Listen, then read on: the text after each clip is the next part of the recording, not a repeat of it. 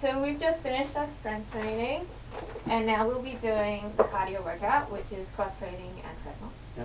And then we'll go into high intensity interval training. That's good. So I'm going to explain to you certain things that are going to happen, like with your body. So for one, when you start exercising, your blood pressure is going to increase, and your heart rate is going to increase, and basically you're going to exercise, and you're going to be sweating and fatiguing pretty easily during high intensity training. So what happens during the aerobic energy systems, which is going to kick in during cross training and your rest levels in the intensity training, and what's going to happen is your oxygen is going to be supplied to your different muscle groups, and it's going to give you the energy you need to keep going for a longer period of time. So what ATP is in your muscle, and that breaks down and fatigues you. So oxygen is required to rebuild the ATP in your muscle group, and that gives you the energy again to keep going. During aerobic energy systems, it's a constant supply of oxygen. So that helps you go for a longer period of time, but during a moderate intensity level.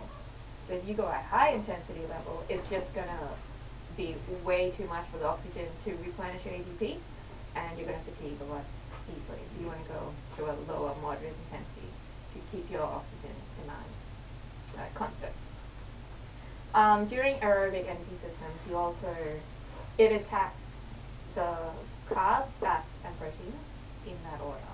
So it's the only energy system that actually attacks fat, which is why a lot of people do cardio, and it's really good for fat loss.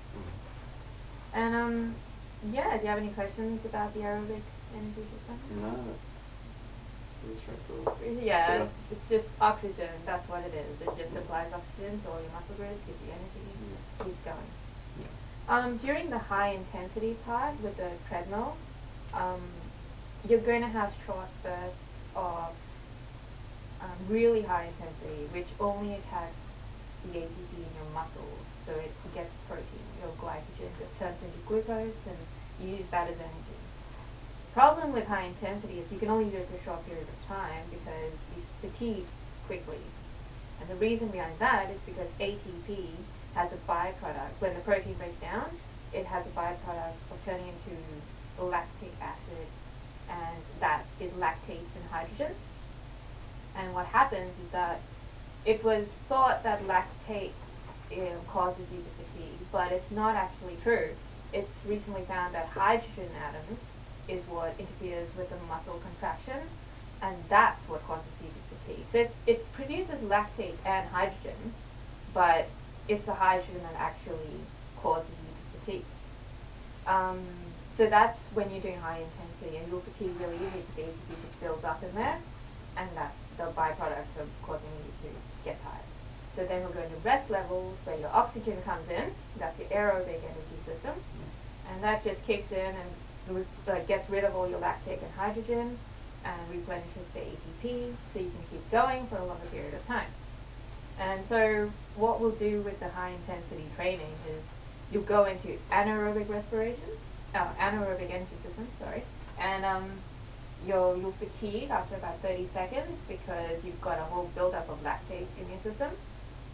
And then we'll go to anaerobic, which gives you the oxygen to replenish your ATP, and then you can go back into anaerobic.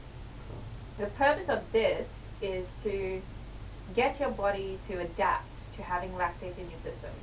So once you do this after a long period of time, your body automatically realizes that it needs to supply oxygen to your muscle groups a lot faster, and it adapts to that. And so you can work out harder for a longer period of time. And that'd be really good for soccer when you're sprinting. Sounds good. Yay! Awesome.